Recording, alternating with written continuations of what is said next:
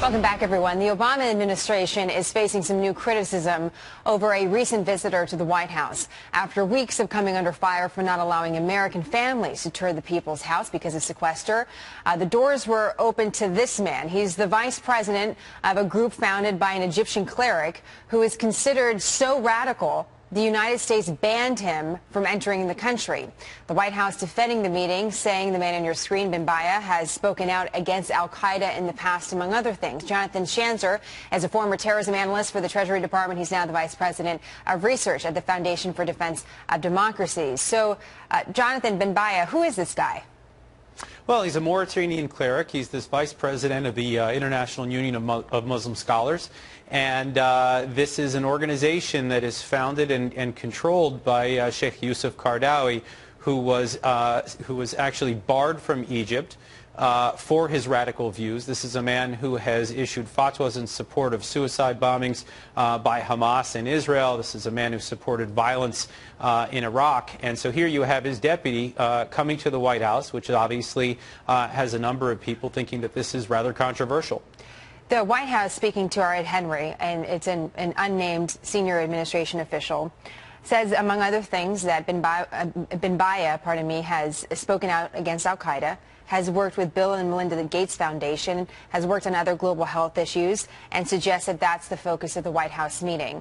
What do you think about that, and the part specifically about speaking out against al-Qaeda? Is this something that this man has done?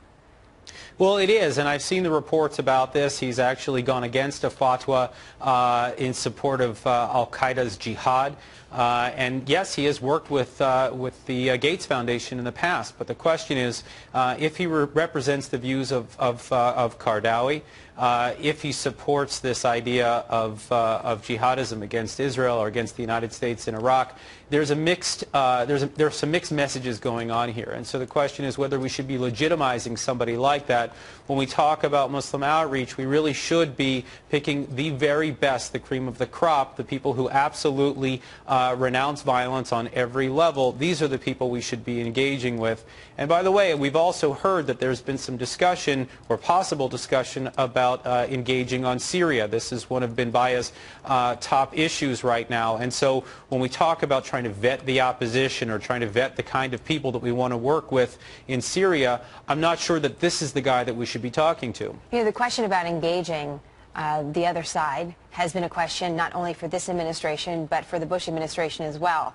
And this story reminded me, and if it's not a fair comparison, please point it out, Jonathan. It brought it up in my mind when we found out that the Pentagon hosted Anwar al-Awlaki at a lunch a couple months after 9/11. Of course, we now know he has inspired a multitude of different terrorist attacks, one including on our soil at Fort Hood.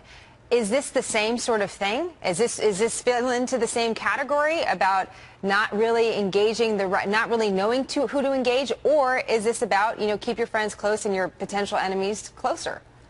Well, let's just be very clear about this. Al-Awlaki was an al-Qaeda cleric. What we're talking about here, Bin Bayyah, is not that. But he has associations that raise eyebrows and raise questions. And so, you know, I wouldn't put him on the same level as al-Awlaki, but I would say that we need to vet people more carefully, especially if we're going to let people into the White House, right? If you're going to, you know, invite them into the center of American power, these people should be vetted properly. And if his associations include Qaradawi, then I think that's a problem. The Investigative Project on Terrorism is the one that first flagged, this group flagged this visit. It wasn't something that the White House was very public about.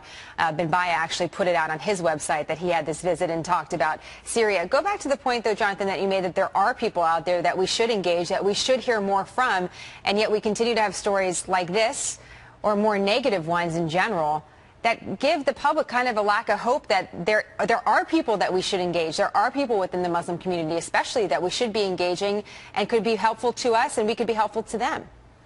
Sure. Well, I mean, we always hear about this idea that this is a war on terror, a war against radical Islam.